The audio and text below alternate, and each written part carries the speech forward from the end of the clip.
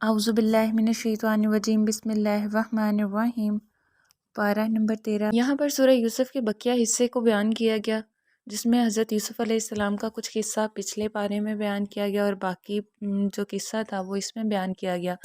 اس میں سب سے پہلے جو ذکر کیا گیا وہ نفس امارہ کا کیا گیا کہ یوسف علیہ السلام نے نبی ہوتے ہوئے اپنے نفس کی برات نہیں کی۔ نفس کا کام تو بہکانا ہے، اس لیے سب سے بڑا جہاد نفس کو قابو میں رکھنا اللہ کی خاطر نفس کا مقابلہ کرنے والا افضل مجاہد ہے۔ اس کے بعد حضرت یوسف علیہ السلام کی صفات کا ذکر کیا گیا، مکین صاحب مرتبہ، امین قابل اعتماد، حفیظ حفاظت کرنے والا، علیم علم والا، اور پھر بتایا کہ محسن کا اجر اللہ کبھی ضائع نہیں کرتا۔ یوسف علیہ السلام کو سرزمین مصر میں اعلیٰ اختیارات عطا فرمائے، بہترین حفاظت اللہ کی ہے، سب معاملات اللہ کے حوالے کر دینے میں اطمینان ہے۔ فاللہ خیر حافظ، اور بے شک اللہ بہترین حفاظت کرنے والا ہے۔ کامل بھروسہ، تدبیر و احتیاط کرنا ضروری ہے مگر بھروسہ اللہ ہی پر ہوگا۔ وعلیہ فلیتوکل المتوکلون۔ اس کے بعد ہے نظر بد لگنا۔ نظر لگنا برحق ہے، یعقوب علیہ السلام کو بھی اس کا ڈر تھا، اس لیے بیٹوں کو اکٹھا دروازے سے داخل ہونے سے منع کیا اور یہ موت تک لے جا سکتی ہے، اس لیے نظر کے بچنے کے لیے مسنون اذکار پڑھنے چاہیے۔ ہر علم والے کے اوپر ایک علم والا ہے، کامل علم سوائے اللہ کے کسی کا نہیں۔ وفوق کل ذی علم علیم۔ اس کے بعد ہے صبر و ضبط کا حکم دیا گیا۔ 2 بیٹے کھو دینے کے بعد بھی حضرت یعقوب علیہ السلام نے صبر ہی کیا، اور صبر افضل ترین ایمان ہے۔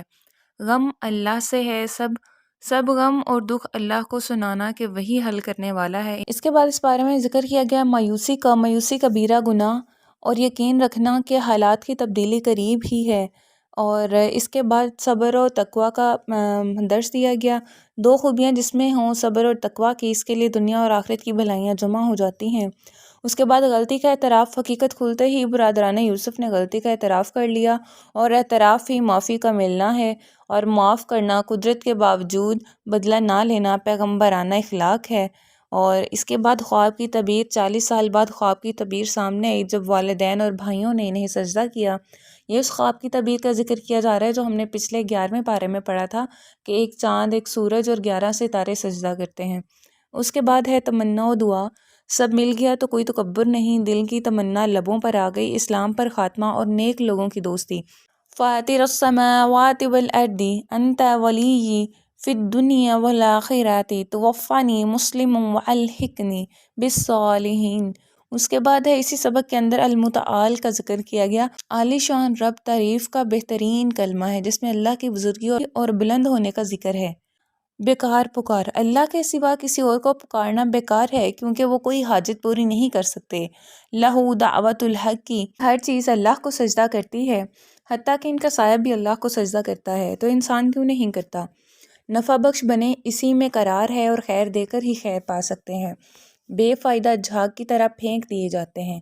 اس کے بعد ہے صلہ رحمی لازمی ہے کیونکہ اللہ نے اس کا حکم دیا ہے، عمر میں برکت، رزق میں اضافہ اور گھر والوں کی محبت حاصل ہوتی ہے۔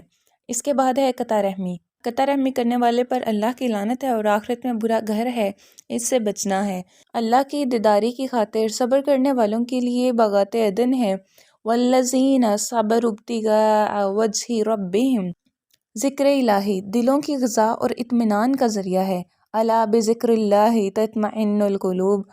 اس کے بعد ہے قرآن مجید اندھیروں سے نکال کر روشنی کی طرف اور رب کے راستے پر لے جانے والی کتاب ہے۔ شکر نعمت ملنے پر ہی نہیں بلکہ تکلیف کے آنے پر بھی شکر کرنا ہے۔ لئن شکرتم لازیدنکم۔ اس کے بعد ہے کلمہ طیبہ پاکیزہ کلمہ عمدہ درخت کی طرح ہے جس سے خیر ہی ملتی ہے، جیسے کھجور کا درخت۔ لا الہ الا اللہ سب سے پاک کلمہ ہے۔ کلمہ خبیثہ برا کلمہ بے ثبات درخت کی طرح ہے جس کی کوئی اہمیت نہیں۔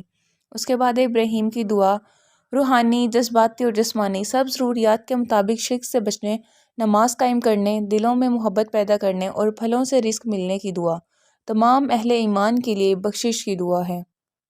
وما علینا الا البلاغ المبین۔ جزاکم اللہ الخیر۔